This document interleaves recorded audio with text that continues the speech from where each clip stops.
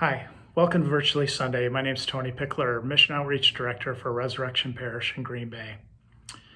As a young boy, I was mesmerized by the TV miniseries Roots, aired in 1977 to an audience of millions.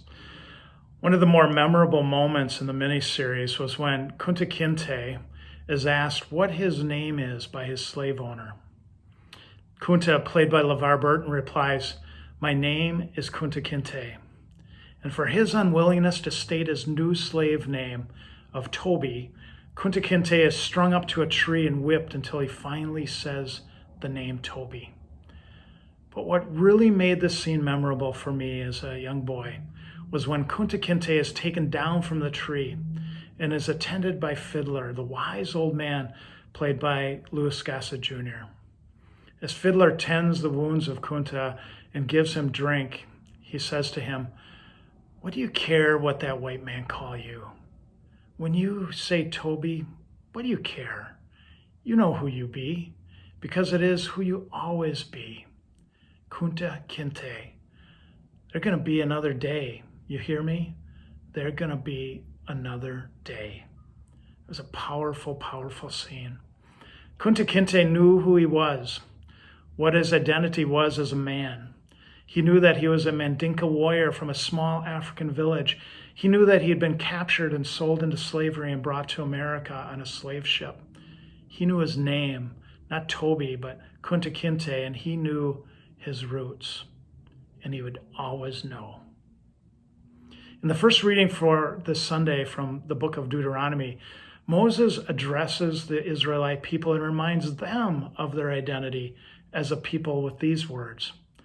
"My father was a wandering Aramean who went down to Egypt with a small household and lived there as an alien. But there he became a great nation, great, strong, and numerous. And when the Egyptians maltreated and oppressed us, imposing hard labor upon us, we cried to the Lord, the God of our fathers, and he heard our cry and saw our affliction, our toil, and our oppression. He brought us out of Egypt with his strong hand and outstretched arm, with terrifying power, with signs and wonders. And bringing us into this country, he gave us this land flowing with milk and honey." Moses reminds the people from where they came and how their identity was formed as a people. And for these saving events, they were to give thanks to God. In the gospel, Jesus knows his identity as well.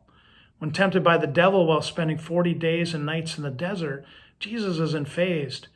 Jesus knows who he is and where he came from. He has a mission to accomplish, to bring light to the darkness, sight to the blind, liberty to captives, and to proclaim a jubilee year for the Lord, as we have heard since the beginning of this year. What about us? As followers of Jesus, do we know who we are as children of God? We have the same mission as Jesus.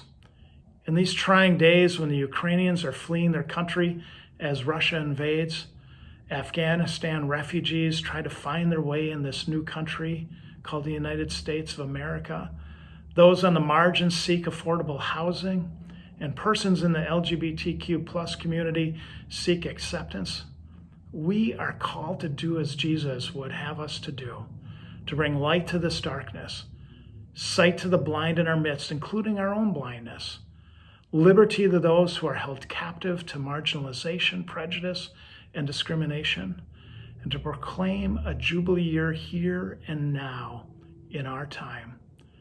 Do we know who we are?